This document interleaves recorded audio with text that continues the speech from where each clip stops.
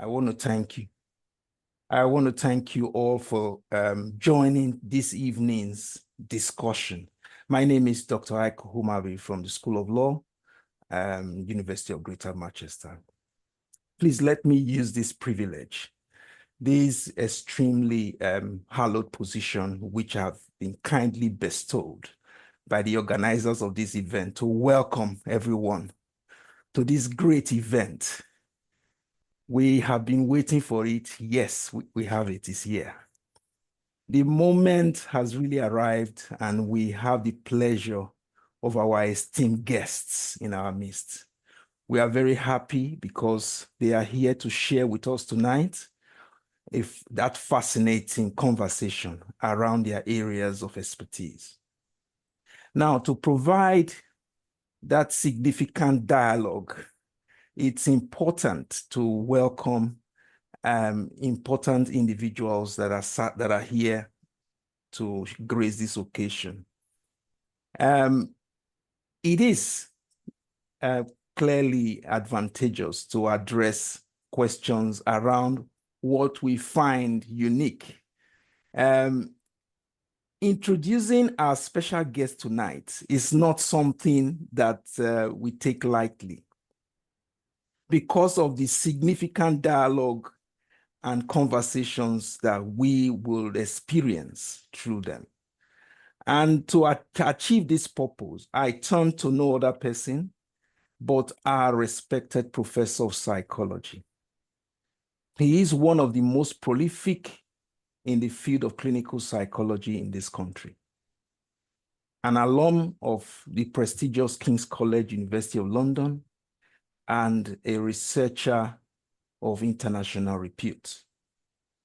I'm very pleased, in fact, I consider myself privileged to welcome Professor Jerome Carson to formally introduce our special guest this evening. Professor Carson, sir.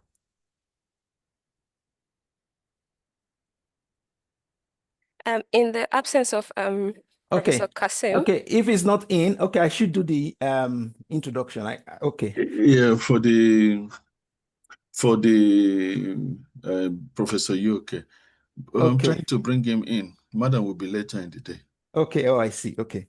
If you have the, for Professor Yuke, we have the benefit of having a respected scholar in the field speak to us tonight on what we consider one of the topical areas that we have encountered. The issues around technology has become something significant. As we move into a new society where technology has become the basis upon which we all exist, and the platform that provides that foundation for our continued interactions. Having a conversation of this nature, it just gives us that share of excitement to welcome an illustrious professor that has so many caps. University of Greater Manchester is blessed this evening to have the benefit of listening to a well-respected scholar in his field. Please make welcome. Without much ado, I want to say thank you so much, Professor, for giving us your time this evening to share your insights with us. Please, colleagues, let's welcome Professor Hoke to the mic. Professor, sir, thank you.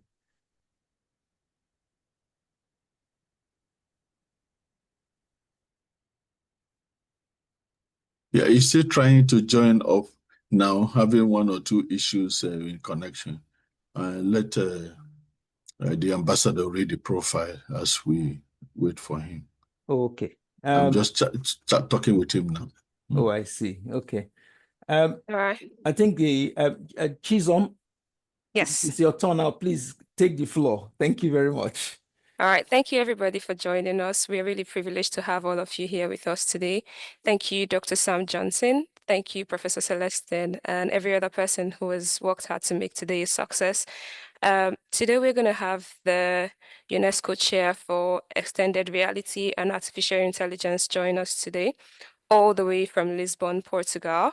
And I am going to read out his bio. So it's a little bit unfortunate that he's having connection issues at the moment. So when he's able to fix that, we'll have him join us in a minute. Just go ahead. Chinzom, I think because he's not here yet, maybe we will want to hear, he wants to hear his bio being read. Yes. While we're waiting for that, let me specially welcome the very important guest in our midst today.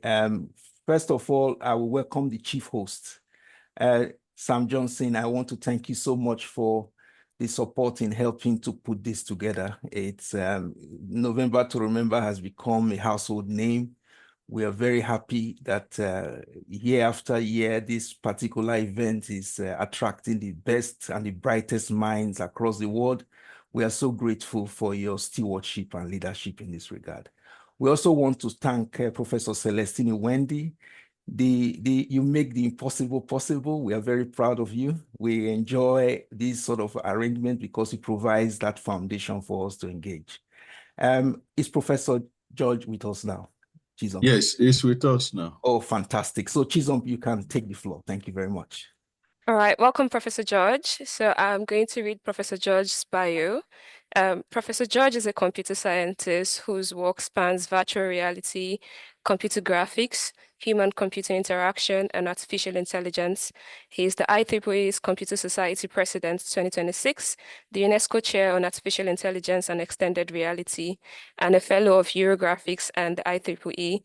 He leads the Graphics and Interaction Group at the UNESCO and is a professor in the Department of Computer Science and Engineering at the Instituto Superior Técnico IST University in Lisbon, Portugal. Professor George is the editor-in-chief of Computer and Graphics and Visual Computing. He has co-chaired the IEEE VR and Euroviz, Eurographics 1998, and served on more than 200 programs committee. He earned his master's degree and PhD from Rensselaer Polytechnic Institute and his Bachelor of Engineering from the IST as well, and received the IFIP Silver Core Award in 2014. And tonight he's joining us all the way from Lisbon, Portugal to speak on artificial intelligence and education. Welcome, Professor George. You have the floor. Thank you. Well, thank you very much for this very detailed introduction. I almost do not recognize the person there. Before I start, let me see if I can share the screen. I did not try this, but I believe, okay, let me start the presentation I had prepared.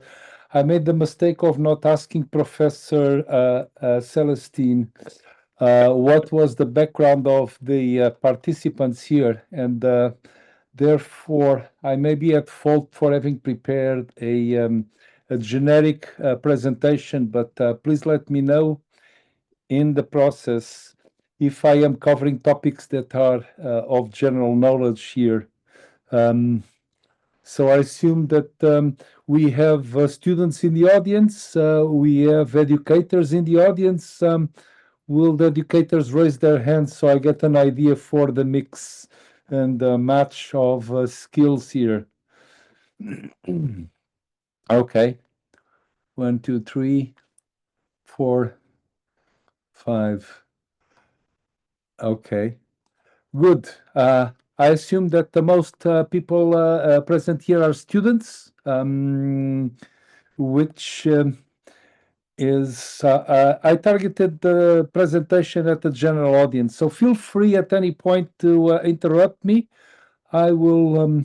I have a couple of slides and want to discuss the dilemmas posed by AI in education. Now let me share the screen, which is, I believe, yeah, this one. Are you, okay, I assume you all are seeing my screen? Yes. Very good. Feel free to ask me questions because right now I entered the black hole of Zoom presentations. I'm looking at my screen, my slides, and I haven't had time to connect from a second computer, so I cannot see your faces or reactions. So at any point, feel free to interrupt if there is something that you feel it's overly simplified or not.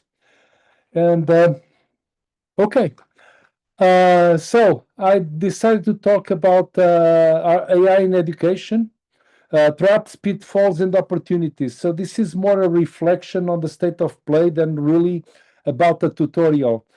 What we'll cover today are mostly understanding AI. As I said, I'm not sure on the background of the general public here. So I focus on some basic concepts, discussing the benefits and limitations, and talking a little bit about the frontiers of academic integrity and the barriers to the introduction of AI in education. Okay, we have quite a sizable crowd. Very welcome. So why this matters right now? Well, the reality is that students are already using AI tools daily, often without guidance or supervision. We are being asked to create policies without adequate training, and parents express legitimate concerns about cheating and misinformation. Meanwhile, I believe we are at a crossroads where schools need clear guidelines and educators need support, not hype or fear mongering. I am a bit of a skeptic when it comes to AI, given that AI these days seems to be treated like ketchup. People think that just adding AI to something improves its flavor or performance, and that should be taken with a grain of salt. As a result of the recent hype, AI is already everywhere. We have streaming platforms like Hulu, Netflix, Disney Plus, and Netflix and Spotify and Amazon Plus use AI to recommend shows and songs based on your viewing and listening patterns. That's a form of collaborative filtering. And the important thing that we should know is that AI is not a monster, it's not a monolith, it's a collection of disjoint techniques. For example, navigation apps such as Google Maps and Waze analyze traffic patterns in real time and usage patterns, and they use those to suggest the fastest routes. In your cell phones, I don't know if you use these kinds of smartphones, but device security uses already fingerprint recognition and facial recognition to authenticate your identity. So passwords are kind of becoming replaced by biometrics. And I'm not going to discuss the virtues and pitfalls there, just to say that pattern recognition and classification, one of the staples of AI, is being used now. And of course, customer service bots have been customer service chatbots are now used to answer questions instantly, routing complex issues to human representatives, and that's a plus most of the time. Sometimes you can have funny things happening, such as when a customer managed to extract a free flight from Canada, Air Canada, because their chatbot was talking too much, and a court judge would not accept Air Canada's claims that the chatbot was acting on its own. And so AI is everywhere. And we have education tools, many platforms that you already use, from grading software to learning management systems, include AI features more or less silently. And so I'm going to focus this part on 5 central questions. How do we use as machine learning / artificial intelligence as a teaching ally instead of an adversary? I firmly believe that one of the answers to increase the AI use is not to ban AI in the classroom, but to leverage technology to enhance instructions without diminishing human connection. So AI should be here to help us and not for fostering the attack of the killer robots. How do we keep learning meaningful and human? Well, we should ensure students that they develop authentic understanding, not just surface level shortcuts. And that's an important issue that I'm going to cover here, and I hope that you will join me on this trip.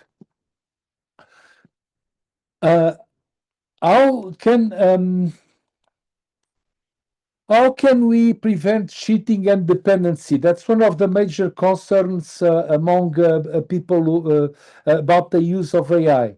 And I believe that one of the answers is on designing assessments and tasks that require genuine human thinking and reflection. You know, people tend to think, and that's a very human trait, that machines are sentient and that large language models now all of a sudden make machines smart and intelligent. And that's totally not true. So, how do we make students to keep this human eminent faculty, which is thinking instead of copying? We should really focus on creating assignments where artificial intelligence and machine learning serve as a tool for exploration, not a substitute for critical thinking or effort. And the other question that comes with that is how do we stay in control of the technology? It's important for us professors to maintain pedagogical authority while embracing innovation responsibly. And it's important for us as students to understand how AI can empower us instead of making us dumber. So, what is AI? And this is the part that I'm not sure about the level of the play of the audience. So, I don't know how many of you are familiar with AI, so let's build a solid foundation by exploring what AI actually is, how it learns, and why it matters for education. So, at its core, AI is software, and it's not magic. The goal is always to support humans and not replace them. So, the motivation of this, and let me give you a little bit of history here. AI has been a participant in this search of intelligence, and the term artificial intelligence itself was invented by the American computer scientist John McCarthy, also the inventor of Lisp, that you can see on the left hand of this gallery of pioneers and celebrities. This was used in the title of a conference that took place in the year 1956, where I believe that almost everybody here was not born, including myself, believe it or not. During this meeting, programs were presented that played chess and checkers, proved theorems, and interpreted texts.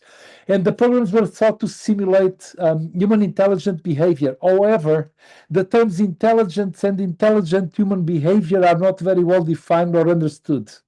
And so this definition of artificial intelligence leads to the paradox of a discipline whose principal purpose is its own definition.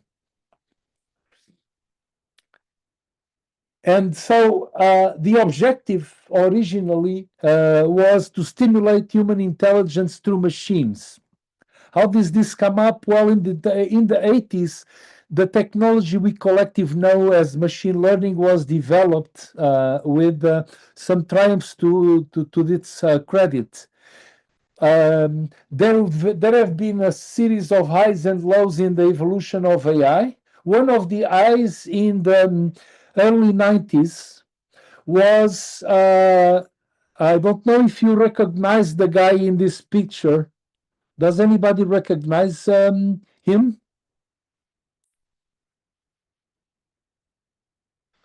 Garry Kasparov. Yes, thank you. The famous Russian chess master that was defeated by defeated by a computer, an IBM computer in the early 90s, and so that was one of the exponents, one of the summits of AI. Of course, in the 90s, we also had data mining, and in the 2000s, finally, we saw the advent of big data and deep learning. And I don't know if anybody knows the name of this context that I'm showing here in the left. You can speak or write on the chat window, if you will.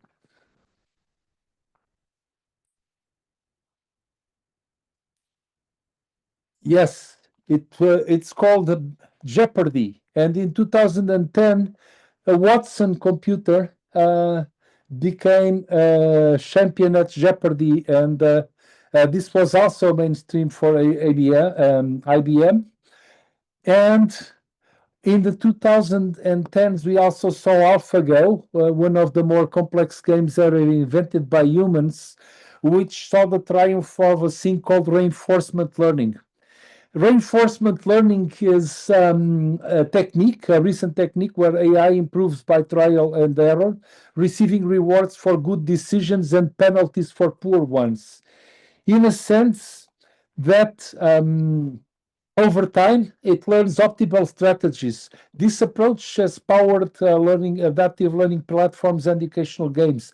When a student answers correctly, the system rewards that pathway and adjusts difficulty accordingly.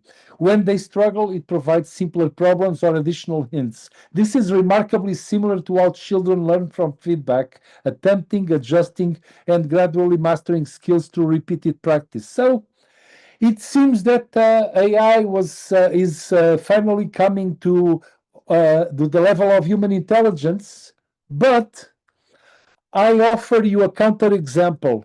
Autonomous vehicles are one task at where, despite all the hype, I still believe that humans are better and worse of AI, and you do not have a general program that allows Tesla or Waymo vehicles to steer totally independently, although progresses are being made, and this is very complicated, and it's one of the things that demonstrate the limits of the state-of-the-art AI.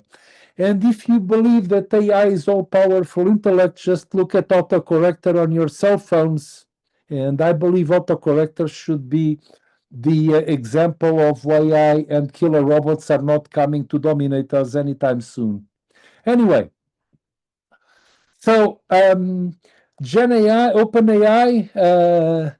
has been the exponent of the generative AI, and they demonstrated natural language, text generation, translation, and question answering, and that's indeed ChatGPT has been one of the great advances in this set of technologies or this tool set. Mind you, AI is a set of different technologies. We have supervised learning, which classifies things, and that's probably the major accounts for the largest quantity of AI applications. We have generative AI, of course. People talk about this, and we have other things like unsupervised learning and reinforcement learning that we talked already. So supervised learning, supervised learning is simply a black box that classifies incoming information. It sees a stimulus, it has been trained to recognize things as either belonging to a category or not. It is now used in applications such as email, where spam filters use classifiers to separate spam from regular mail with great success. Advertisement, user profile, where people look at your clicks, classifiers look at people's clicks to identify which advertisement works or not. recognizing and positioning cars on the road, and that's one of the tools in self-driving cars. Diagnostics in X-ray images. This was an early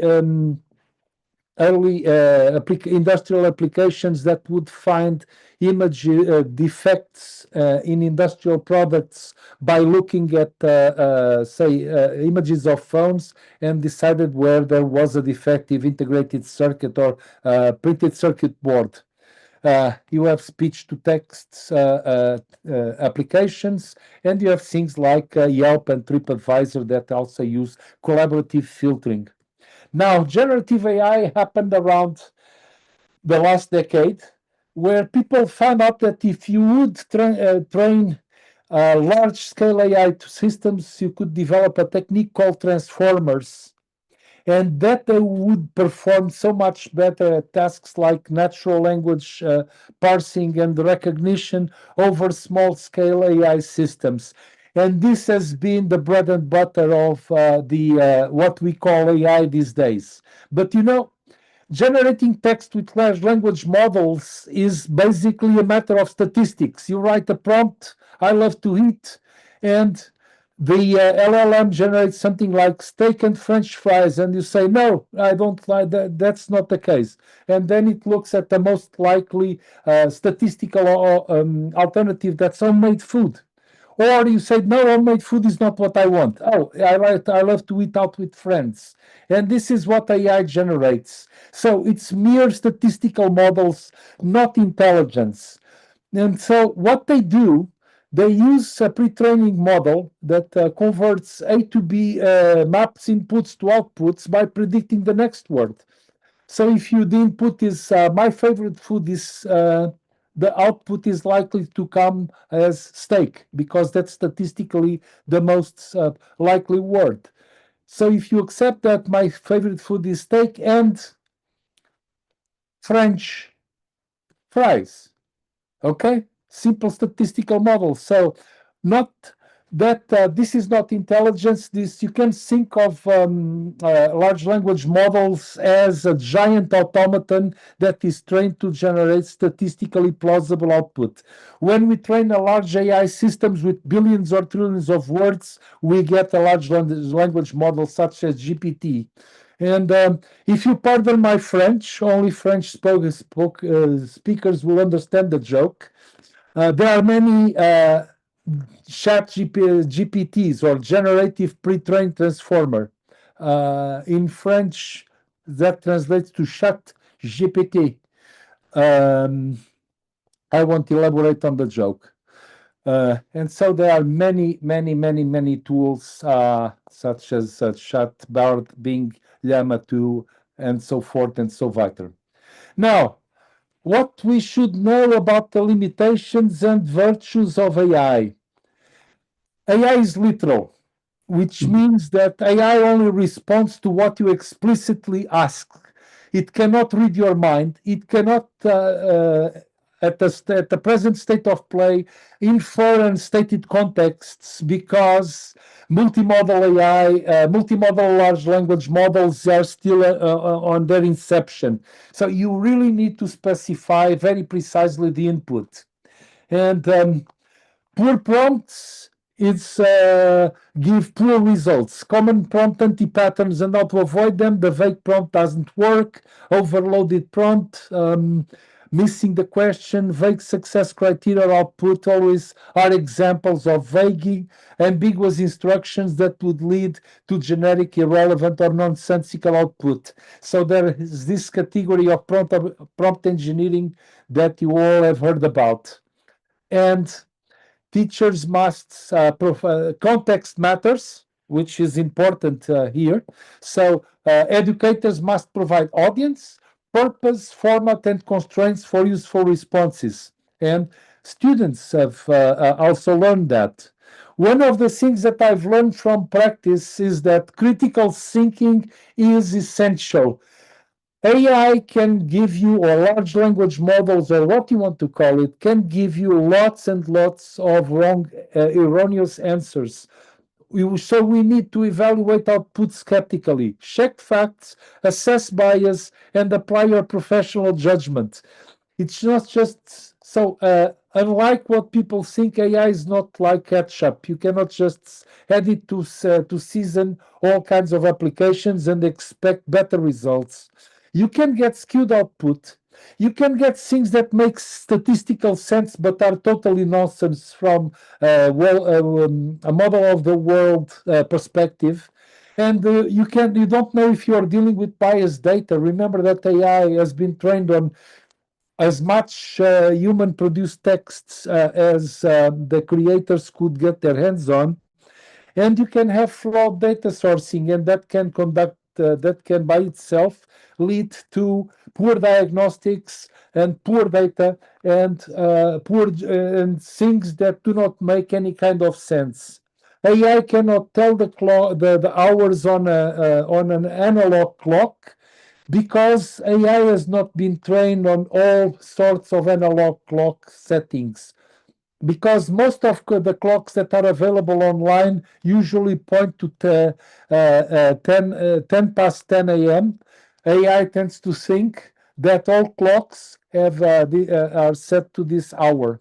Oh, I should have added this slide. Anyway, just one thing for your consideration that recently people have found out that if you are not nice, if you are not polite, if you treat AI very badly and insult large language models and call very bad names to ChatGPT, it can improve its accuracy. Trust me, I am a professor, I've been there. Food for thought, there is a paper that actually did a user study that substantiates this claim. Okay, so AI in education. AI in education has quite a long history, and it even predates the use of the term AI. 1 century ago, there were a generation of teaching machines that were early mechanical devices that were providing immediate feedback on student responses, pioneering the concept of automated instruction. There is a whole page of Wikipedia dedicated to this, and I'll save you the details. In the 1960s, there came Plato, a software system. This is an illustration of a Plato console. It had a touch screen, as you could see, a keyboard. And Plato stood for programmed logic for automated teaching operations. Plato not only changed e-learning, however, it also changed the world and how we communicate with each other on many different levels. So this was a staple of the 1960s, which also brought us hypertexts and many early systems. In the 1980s to the 2000s, there came the advent of intelligent tutoring systems and user modeling. So, okay, the laptop is not exactly 1980. Well, the early laptops arrived during the 1980s. And the intelligent tutoring systems try to model user behavior and user expectations, and they attempted to match individual user needs, modeling expert human tutors. These were the good old days of expert systems. I don't know if anybody here has ever used expert systems or have heard of it. Feel free to drop questions or comments in the chat window. But yes, those were the good old days. In this century, we've already seen adaptive learning systems, and those are typically web-based models that scale personalization using algorithms to adjust difficulty and pacing dynamically to the perceived student features or limitations. And of course, in the 20,000 in this decade, we've seen the generative AI revolution with ChatGPT, Midjourney, and many a plethora of similar tools that democratize the access to powerful machine learning and artificial intelligence techniques, bringing unprecedented capabilities and challenges into classrooms. By the way, if you have any questions, feel free to forward them either to Professor Celestine, or who's moderating this, or to ask them directly. Raise your hand, and I'll be happy to pose questions. So, now that we've seen what AI is kind of all about in education, what are the benefits and challenges? Let's explore its realistic advantages and honest limitations in educational settings. One of the promises of AI is personalized learning. Is the idea that we can use machine learning to adapt the content to individual student needs at a scale that was impossible for teachers alone. And this is a major revolution in the making, because traditionally our schools follow the German approach of mass learning and unadaptive, one size fits all, in a sense that despite the advances in artificial intelligence, we are still in the industrial revolution, where our model of teaching still pretty much functions like the Ford Model T, which famously Henry Ford said that you can have in any color as long as it's black. And so traditional classrooms face this impossible challenge. How can one educator meet the unique needs of 25 to 30 different learners simultaneously? And this gets worse if you have hundreds of learners, and even MOOCs do not solve this problem. So moving on. So AI has the promise of adapting difficulty levels automatically based on student performance, and this is already present in many LMS, or learning management systems. When I talk about AI, I'm not talking just about LLMs, but also about machine learning components embedded in many day-to-day applications. You can also tailor explanations to match language and age. This is one of the great advantages of large language models, supposedly, where you can adapt explanations to match either language proficiency, native language, and age-appropriate content.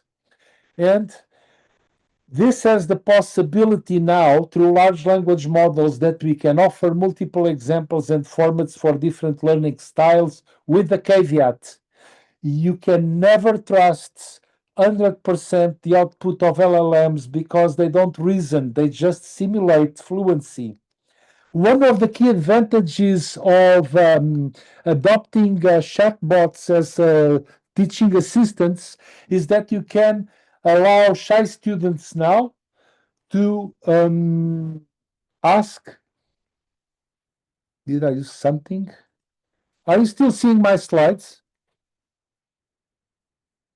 Hello? It's just blank at the moment. It's blank, yes. I'm seeing a blank screen, and that's what is happening here. I'm seeing my slides. What happened here?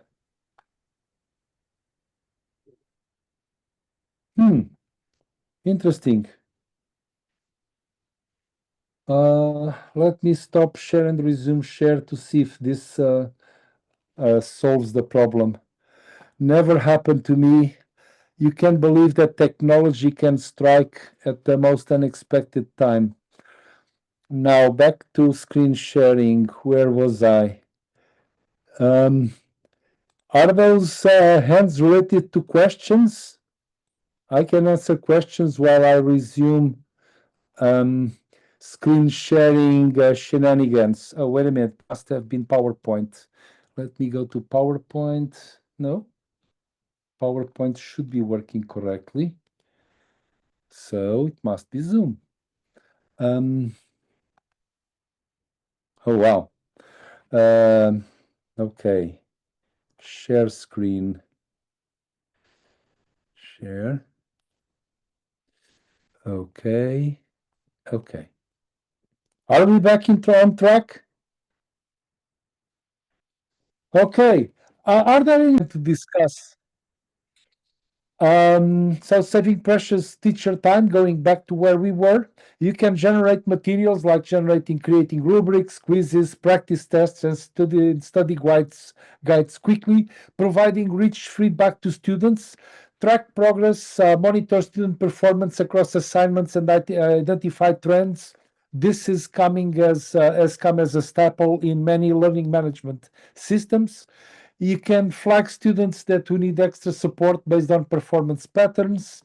And most of all, and important, you can reduce administrative work and saving more time for teaching. And you can streamline attendance reporting and communication tasks. And I have a whole experience of using learning management systems like Moodle and manually crafting programs to allow to support these tasks. One thing is important is really richer materials. You can generate more diverse examples, media and explanations quickly and easily. Believe it or not, half of the pictures that I chose for this presentation were AI generated. So I could generate this presentation in... no, I've given you access. You can now. Can you hear me? Hello? Yes, we can, Professor. Yes. Okay, I was hearing some back talk. I was not sure whether I was coming through or not. And all these result in increasing student engagement, where when we design these materials thoughtfully, AI-powered activities can significantly boost student motivation and participation. Example, we have been for 12 years doing gamification, using game-based learning with clear goals and immediate rewards to maintain focus. I have done a master's level course since 2012, and we have documented this on using gamification to improve learning outcomes. Interactive exercises, you can provide dynamic stories and simulations to make abstract concepts tangible. Rich media, such as visuals, animations, VR, AR experiences, and simulators cater to visual learnings, creative production, and most of all, instant feedback. And of course, one of the more important things here is that AI has enabled transformative potential for students with disabilities, for using, for instance, speech-to-text conversion. This helps students to struggle with writing. Text-to-speech supports reading difficulties. Simplified explanations, where you can use AI to rewrite complex texts at lower reading levels or translate into students' native language. Visual support, generate diagrams, icons, and images for visual learners, and multiple modes of teaching. And people report that for many students, especially those with anxiety or low confidence, you can use those tools to provide a psychologically safe space to practice, fail, and improve without social pressure. And this can reduce fear of asking questions, build confidence, and create a more supportive learning environment. There are 5 myths of using AI in class that I would like to address. AI will replace teachers. This is perhaps the most persistent myth about AI in education. Look, there's a misnomer. It's not really artificial intelligence. It cannot mentor, it cannot motivate, or it cannot genuinely care about students. AI cannot manage complex classroom dynamics, teach social emotional skills, model ethical behavior, and inspire passion for learning. Teachers guide critical thinking, cultivate values, build relationships, and mount countless nuanced decisions every day. And these human capabilities remain unreplaceable. And the myth number 2 is that the computer is always right. And this is, of course, as if you have used large language models, you know that this is false. There are hallucinations, which I cannot improperly called hallucinations because it's syntactically correct in natural language such as English, Russian, Portuguese, Ukrainian, French, Spanish, Mandarin, Cantonese, but it does not make any sense because large language models do not have a world model that they can check their assertions against. You don't know whether the data where the AI has been trained as bias. It does not understand the world. It does not know about physics or about physiology of humans. And all output requires verification and critical thinking. Students must learn to verify information systematically, not trust AI outputs blindly. This is a major task for us. The myth number 3 is the AI kills creativity, and this could not be further from the truth. Creativity requires human taste, judgment, curation, and decision making. Students still must design, evaluate options, make choices, and synthesize ideas into original work. Overdependence becomes a problem only when we design tasks poorly. So AI can be used to brainstorm, visualize concepts, experiment different narrative structures, and generate multiple variations and compare and refine. Myth number 4, AI is only used in science, technology, engineering, mathematics. That's totally false. In languages and literacy, it can generate poems, although from experience, not some exciting ones. AI is not Shakespeare for sure, although it can reproduce Shakespeare. It can analyze the essays. You can use AI as reviewer number 2 to criticize your texts mercilessly, and I've been using this in my academic writing. In visual arts, AI can create reference images, explore styles, generate conceptual art. In music, it can help people compose melodies, analyze chord progressions, and generate accompaniment like percussion or bass tracks. In history, it can simulate historical debates, generate primary source style documents, explore perspectives.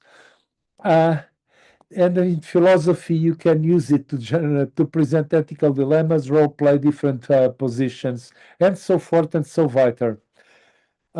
Myth number 5, just press a button. That is totally false. Using AI effectively is not effortless or automatic. Quality output depends entirely on quality input. Garbage in, garbage out. You must write clear instructions with context, audience, format, and constraints. First outputs usually need editing, fact-checking, and pedagogical adjustment. Educational goals and learning theories must drive tool selection or the inverse. And learners must think critically about all sorts of outputs, not just copy blindly. And we should make all these final decisions about content, pacing, and assessments. Real risks that we must address: students getting quick answers without engaging on deep thinking or problem-solving process. That's a real problem that we should take care of. And generating entire assignments becomes trivially easy if assessments aren't redesigned, so we must redesign assessments. And we should check for biased or false information that can propagate quickly when students do not learn to verify sources, and this is a critical skill that they should be taken, they should be taught. People should avoid productive, people usually are tempted to avoid productive struggle, missing opportunities to develop perseverance, and that's a kind of a danger of cognitive debt. Cognitive debt occurs when students rely so heavily on AI that their own thinking skills atrophy. And research shows that when learners outsource mental work completely, they struggle to think independently, retain less information, have difficulty with problem solving, and show decreased performance when AI isn't available. The brain, like a muscle, needs regular exercise. When AI does all the heavy lifting, students miss critical opportunities to develop cognitive strength. So we should use AI to support thinking, not replace it. Design tasks where AI serves as a research assistant, brainstorming partner, or feedback provider. What remains is uniquely human. Ethical judgment. AI does not provide that. Empathy and compassion, far from that. These are replaceable human skills. These replaceable human skills are the heart of teaching. AI can process information, but only teachers can inspire, comfort, challenge, and truly understand their students. And this comes into question the integrity, academic integrity. This is fundamentally about honesty and intellectual responsibility. Traditional academic integrity rules were written for a pre-AI world, and they don't adequately address tools that can generate entire essays in seconds. And plagiarism has become totally easier and harder to detect. We should reimagine education with generative AI. We need updated expectations that acknowledge the existence of large language models while maintaining genuine learning standards. Plagiarism is not a new thing. Traditional copy and paste has been with us for decades. Professor George, yes. Look at time up. Sorry, just round up. No, thank you. Yes. Okay. So the solution is not better policing. It's better assessment design and explicit teaching about citation, attribution, and ethical use. And plagiarism has consequences in the real world: university expulsions, competition disqualifications, paper retractions or publishing rejections, and leading to prize revocations. So we need to improve. We need to develop policies requiring students to disclose AI tool use, distinguish between allowed and forbidden applications, and training professors and educators in professional development, provide workshops on prompt engineering and sharing best practices. And we need to really redesign assessments, moving from take-home essays as sole evaluation to in-class writing, oral presentations, and require process documentation. AI can also be part of the solution by helping us identify bad practices using deepfake detection, submission comparison across submissions, style analysis, and pattern recognition. However, detection alone is not enough. We need to train students how to detect deepfakes and establish clear classroom rules, what's allowed, what's prohibited. I would go into that about this, but no, there is no time. So this brings us to the conclusion of my presentation. We should focus on ethical use over convenience. Faster isn't always better. Easier is not always right. Authentic learning requires effort, reflection, and time. We should require genuine seeking from students, not just information retrieval. Involve reflection, synthesis, and personal connection, value process as much as products, and encourage productive struggle and perseverance. We should design tasks that encourage students to use artificial intelligence to help and supplement their effort and creative abilities, not to replace them. And with that, I conclude my presentation. Thank you for your attention, whomever is still here. Thank you so much, Professor George, for this fantastic presentation. Thank you so much. A round of applause, please, for Professor. Thank you very much. We are so happy. Thank you. Questions later, colleagues. Will ask Professor questions later. Very quickly, the moment has arrived, and we have the pleasure of our esteemed guest in our midst. Now, to introduce us a distinguished guest, I turn to no other person but our respected professor of psychology. He is one of the most prolific in the field of clinical psychology in the country. An alumnus of the prestigious King's College, University of London, and a researcher of international repute. Please join me in welcoming Professor Jerome Cassin to formally introduce our special guest. Thank you very much, Professor. We need to give a Cassin direct.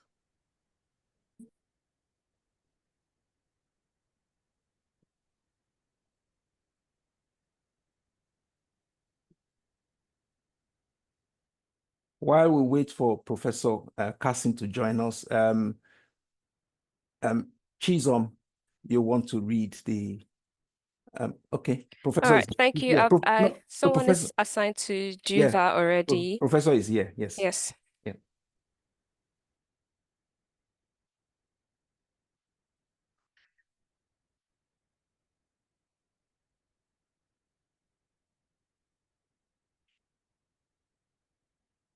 Hello, good evening. Sorry about those technical difficulties. I can empathize with Professor Jorge because he had similar difficulties with his presentation.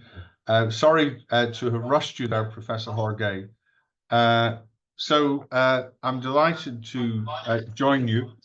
Hold on, I'm getting feedback. Sorry. So I'm delighted to be joining you what is promising to be an interesting evening. Absolutely delighted with the guest that we have waiting to hear from, who is probably one of the most amazing people I've never met. I was due to meet her a few years ago, well, last year, in fact, and unfortunately, the French air traffic controllers went on strike. And all my colleagues were in Geneva, and I was stuck in Bolton.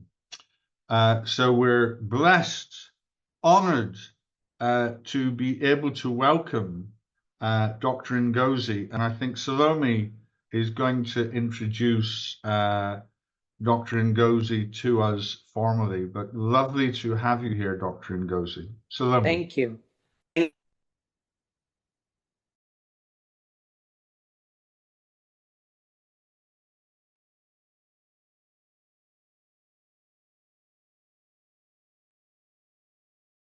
Salome, you're on mute. Yeah, Salome, you're on mute. Okay. Yeah, thank you so much, Professor Jerome. Can you hear me now? Let her just talk. Don't read anything, just mention the topic. Okay, Pauline? Can you hear me now? All right. Thank you so much for having me. Before I introduce our amazing guest speaker for tonight, permit me to give an opportunity to one of our industry partners, the CEO of Just One. Please can we make welcome Pauline Veyua.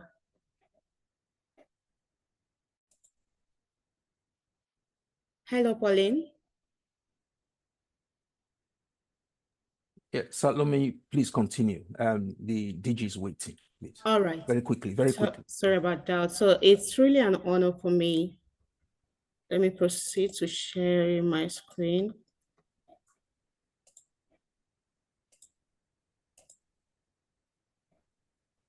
Confirm you can see my screen. Yes, we can. Okay.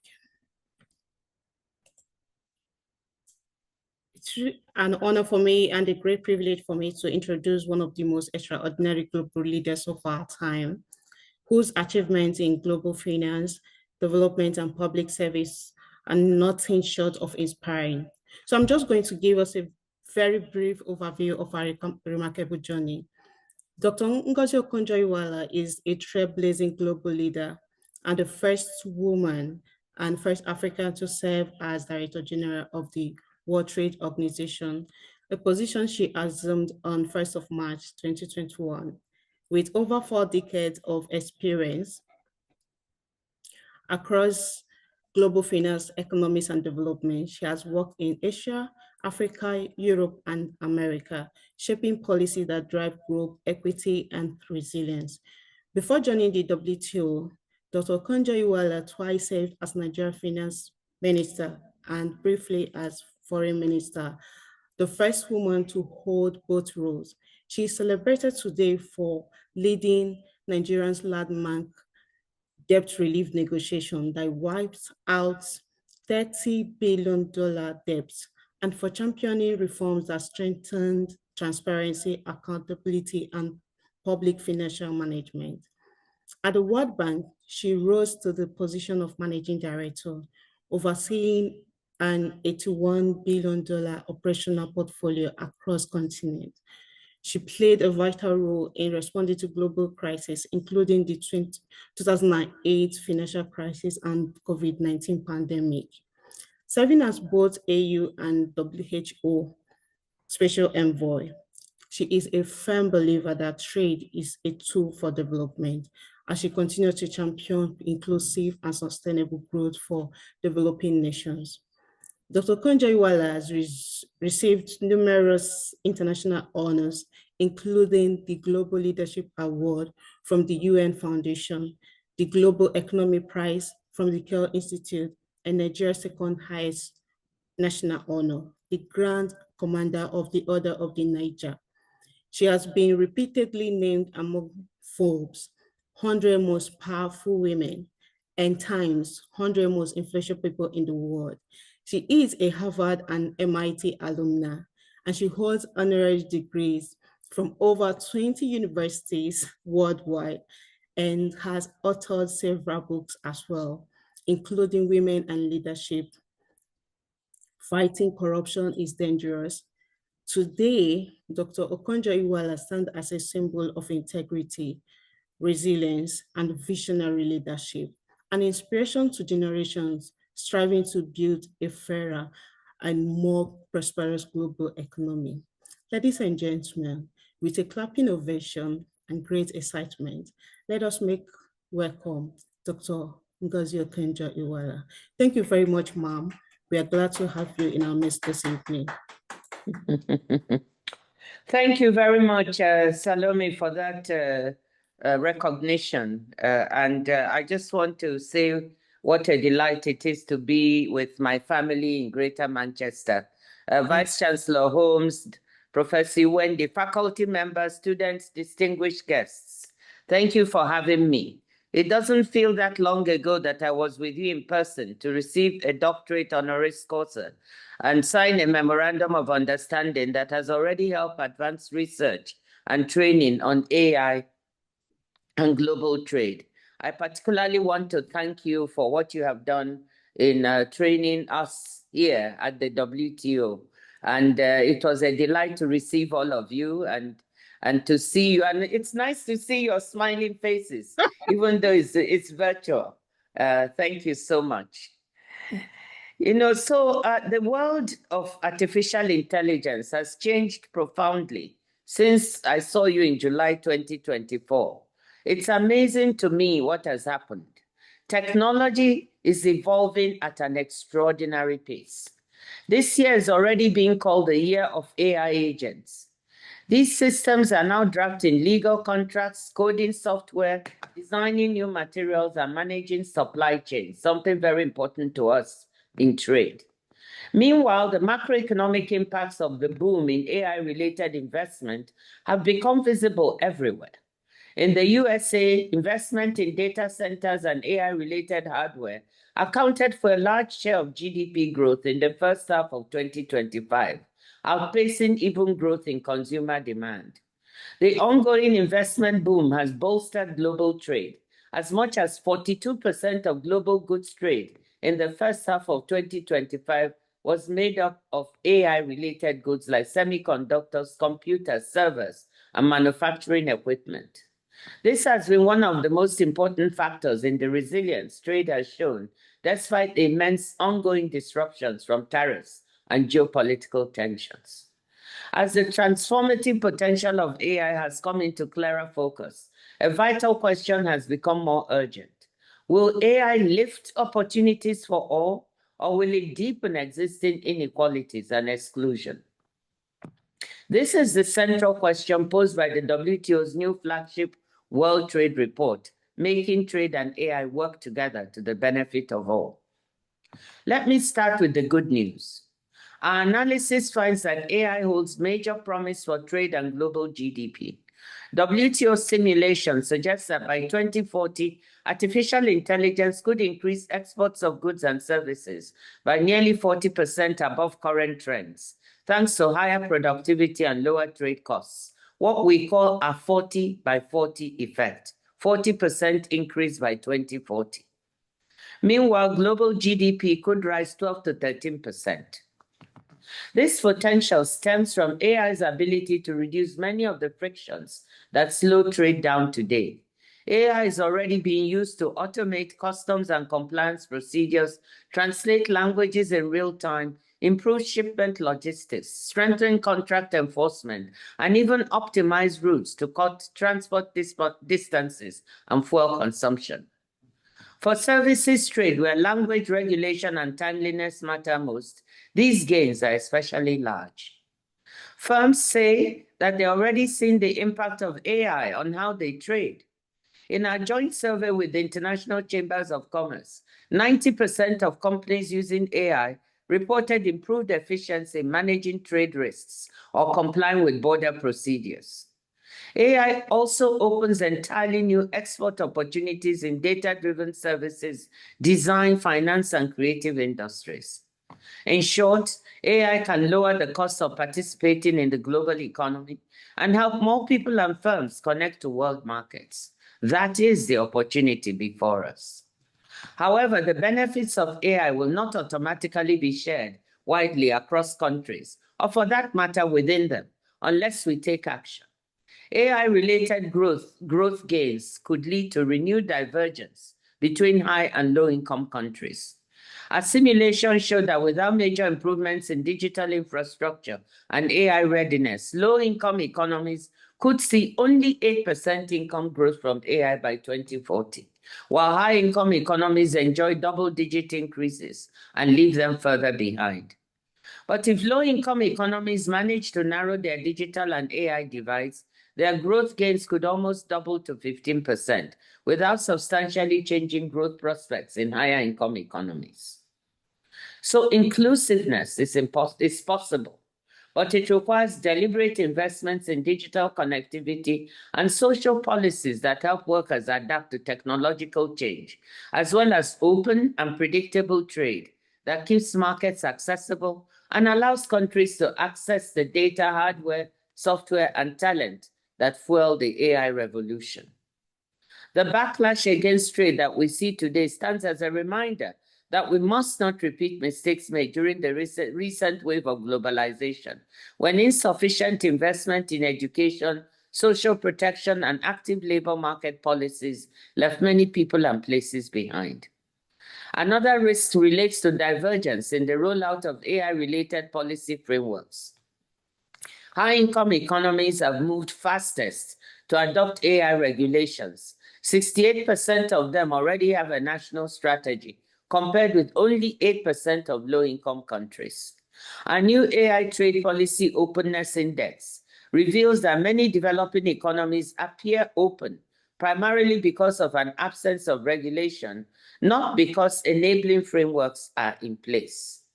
Regulatory asymmetry risks locking some economies out of emerging AI markets or exposing them to risks from unregulated use. Smart, coherent regulation that builds trust and interoperability whilst keeping markets open is essential. So what can we do to make the most of AI for the future of trade and socioeconomic inclusion? First, we must build the foundations of inclusion, digital infrastructure. Connectivity is the bridge between potential and participation. Yet only about 1 in 5 people in low-income economies have internet access, according to the International Telecommunications Union.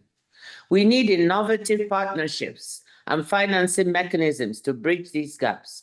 For instance, by developing regional digital hubs, shared data centers, and joint capacity building programs. The WTO Secretariat, for example, is collaborating with the World Bank to strengthen both hard and soft infrastructure for digital trade in several African countries through the Digital Trade for Africa project. Second, we must strengthen coordination both domestically and internationally. Trade intersects with a wide range of policy domains, from data governance and privacy to competition, labor, and the environment. AI-related trade policies, therefore, cannot be designed in isolation. They must form part of broader national strategies that align technology, education, labor, and competition objectives. Greater coherence is equally essential at the international level, since no single institution can address the full spectrum of AI's implications. Third, we should better leverage and, where needed, update multilateral trade rules that support AI value chains. WTO agreements already provide a solid foundation for the development and deployment of AI. For example, the Information Technology Agreement eliminates tariffs on over $3 trillion US dollars worth of annual trade in high-tech products, including many that power AI. The General Agreement on Trade in Services, GATS, facilitates AI-related digital services trade. The Agreement on Technical Barriers to Trade promotes regulatory coherence, and our intellectual property rules in the TRIPS Agreement foster technological innovation and diffusion. However, improving predictability of trade in AI-related goods and services, for example, through lower bound tariffs, greater participation in the Information Technology Agreement, and stronger commitments on AI-related services can encourage investment, particularly in developing economies, and make AI more affordable and inclusive. Finally, trust is essential.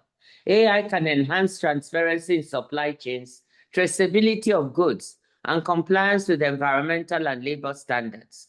But it also raises legitimate concerns about bias, accountability, and security.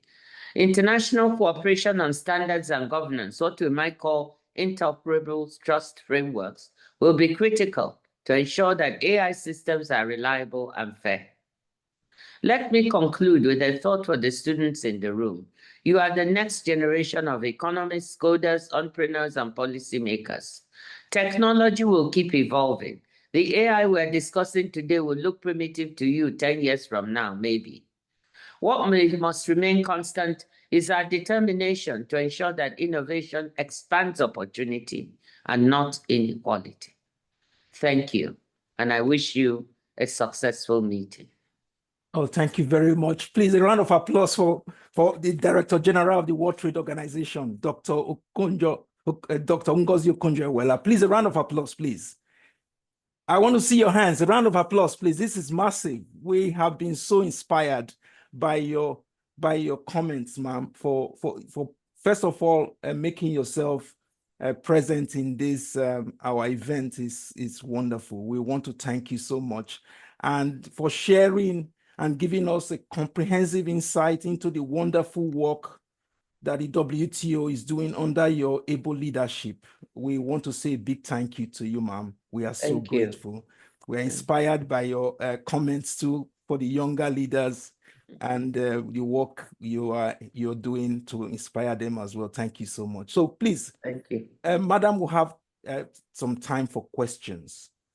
So if you have any questions, please, you can just indicate so that we unmute for you to ask question. Make sure it's as brief as possible. Is Professor Jerome back now? Professor Jerome. Well, I'm back in sound. I think you can hear me, but you can't see me.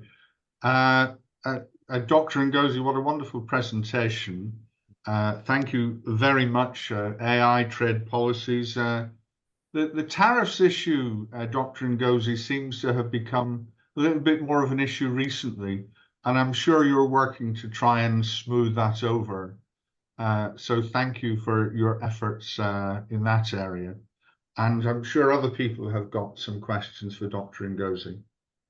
Who would like to ask Dr. Ngozi a question? Thank you, Professor Jerome.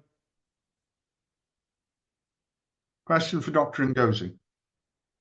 Yeah, Professor Jerome was actually coming to Geneva, and then his flight disappointed. So he has some good books for you. Well, we'll have another opportunity, I hope. You know, I'm now part of the family, am I not? Yes. And Pauline is also trying to say hello. She is developing a very big collaboration with us in terms of trade and what they can do. Pauline, can you say hello to Madam also? She will talk later because you are very busy.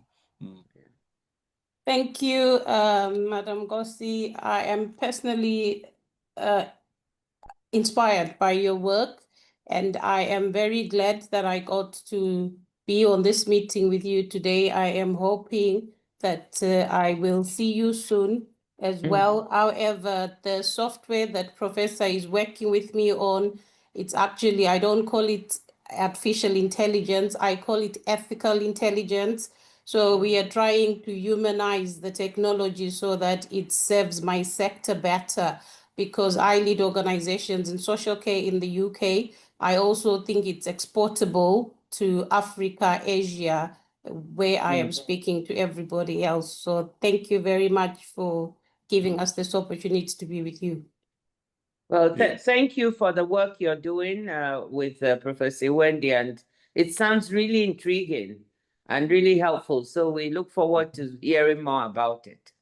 You will. Thank you. Uchenna has his hand up, Professor Wendy. So do you want to unmute Uchenna? Uchenna. Yes. Okay, I've seen it. Yeah, Uchenna, you can go on with your question. Thank you very much, Dr. Ngozi, for having you here. You work in the trade policy space. Mine is not just a question, more like to get your opinion or your thought process through what I'm about to say. My work centers on artificial intelligence literacy, because I believe that, especially for the global South, it's an environment that will drive entrepreneurship, stir up creativity and innovation. How can multilateral bodies like the WTO, embed AI literacy as a recognized economic capability in future trade policy? Do you foresee this is something that can happen? The idea is so that when we think about the global South, we see them as creators of value and not just, labor exporters.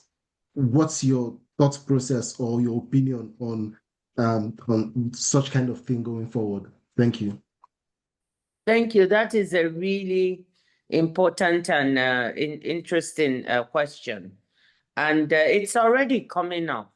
I mean, the issue of AI literacy in many of our members, they're actually quite agitated. The questions I'm getting now is how can we get the technical assistance and capacity building we need in order to be able to understand what is happening with AI generally, but then more broadly in trade. Specifically, how can AI help us? How can we understand what it's trying to do within the trade space?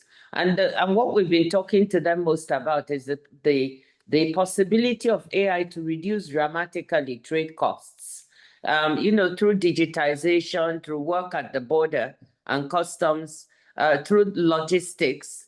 But there's another area that is becoming interesting that I think we need to pay attention to, which is that goods and services that we trade are being changed by the way AI is being embedded in them.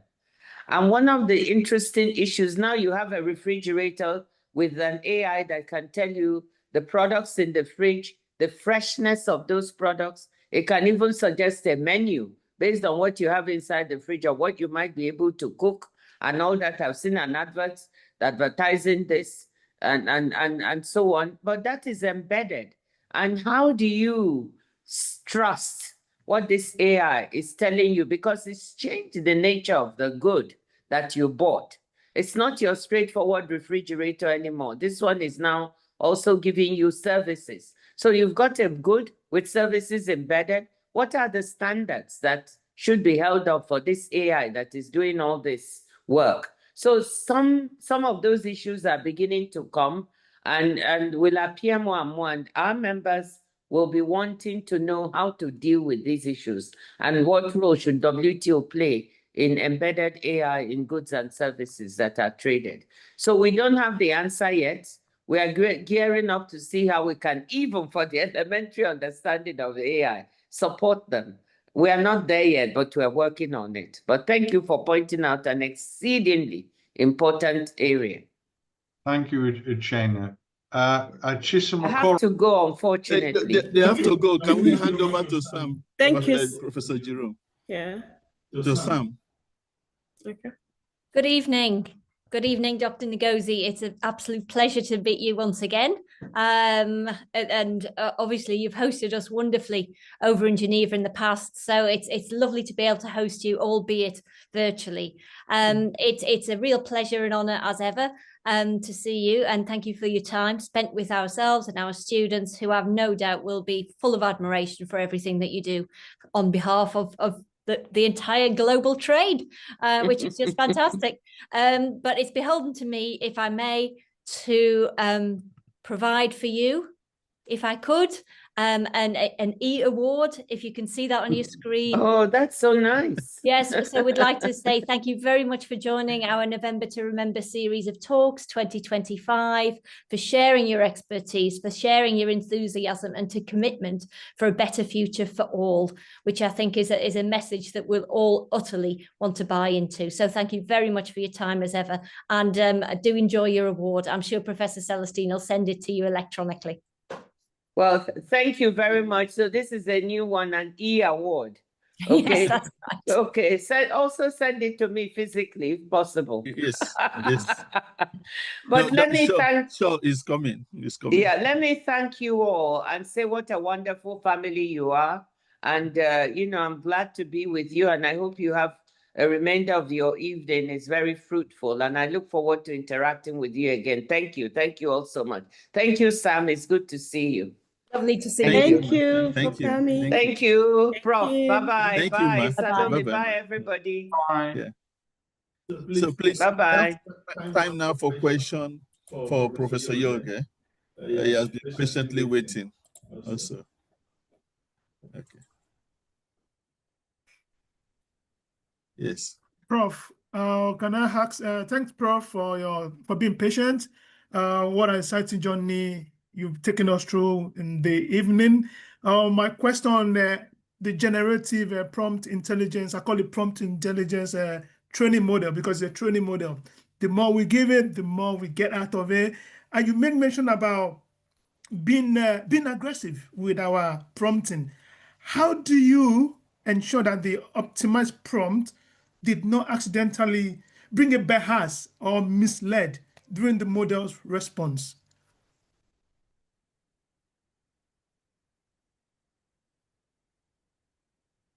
Think. It's Prof there. Yeah, which just suddenly disappeared again. Hold on, let me have a look. I think it might be in the waiting. Let's have a look. No.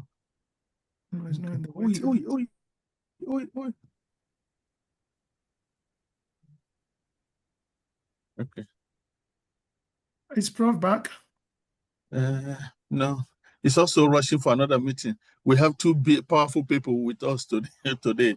So because they were like, the time is so short for them to move up. So I can direct this one to you. No, he has already said it. So what we need to do is gather all your questions together. You know, I think we would have had enough time for him and the questions, apart from what, it taught extensively. So get all your questions, we'll move them to him, and then we'll get it on together. Yeah, let me hand over back to the moderators today. Dr. Ike, over. Yeah, thank you very much, Professor. Thank you. I want to thank every one of you for the work you have done today in helping to shape our conversation this evening. We have thoroughly enjoyed this event. The commencement was a bit shaky, but we got through it. First of all, let me appreciate everyone for taking the time to return, even when we had that little glitch. I thought it was over, but with the resilience and the determination to be part of this process, you all came back. Thank you so much for that. I also want to thank Professor Celestine for helping to shape the conversation in the manner it played out. First of all, Professor Celestine wouldn't have been able to achieve this without the strong support from Sam Johnson. So thank you so much, Madam, for putting this together. It's unfortunate we couldn't take your questions this evening, but I'm sure, like Prof has assured, we will take those questions and ensure you get responses. I also want to recognize the presence of Professor Kassim. It's unfortunate your video isn't working at the moment, but we know that you're here and your presence is felt in very many ways. Thank you so much, everyone. I think we're almost running out of time. With the permission of the team, I would like the last word to come from Sam yes. is out. Okay. Yes, I would like the last word to come from the leader of today's event, which is Sam Johnson. So, Madam. Thank you very much, Dr. Ike. I just want to say to everybody once again, thank you so much for attending today. How privileged we are to be listening to these world leaders. We are talking about world leaders here from different aspects, you know, from WTO, from UNESCO. These are the most strategically important policymakers and thinkers in this space. It's just remarkable that we've had the opportunity to actually meet them online. And I just wanted to sort of draw a thread just as we close for today from yesterday's talk. I know many of you, the majority of you, were attending yesterday with Professor Kramer. And I thought it was very interesting that when Professor Kramer was talking about the importance of maintaining and building your technical currency in order to have transferability in terms of employment. Okay, so she was talking about the importance of soft skills, but crucially as well, that technological currency and underpinning and keeping up to date with everything. I think it's really interesting that we've then handed the baton over to Professor Jorge this evening, who was talking about, yes, technical skills are absolutely brilliant. It's so important to have them, but critical insight, critical thinking, which only humans can bring to bear, is that wonderful balance for that technical expertise. So there are those two different elements there that we can see, again, two different great minds highlighting the different areas that we all need to develop. And then, of course, we'll have Dr. Ngozi talking about the way in which technology and intelligence can create a fair planet. And I think that's so important, that ethical underpinning of everything that we are doing. So I think those first three, I mean, we've got days and days of talks here ahead of us, which is so exciting. But I think what's so important is that we have these three key players on the world stage talking about the importance of technology, of critical intelligence and ethical acting, doing, being in order to ensure full inclusivity for all communities, for all cities, for all countries across the world.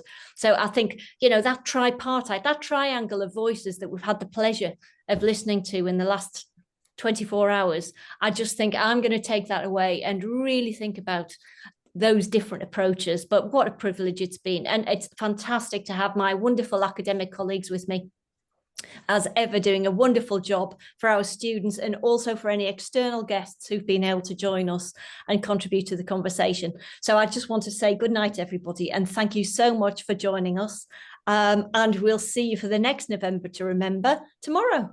So thank you, everybody. Thank you to Professor Celestine. Thank you to Dr. Ike. Thank you to Professor Carson. Thank you, everybody, for joining us this evening, and to our wonderful strategic leaders who've joined us in the last couple of days. Thank you, everybody. Just a quick one from myself as one of the moderators. Can we take a picture before we go?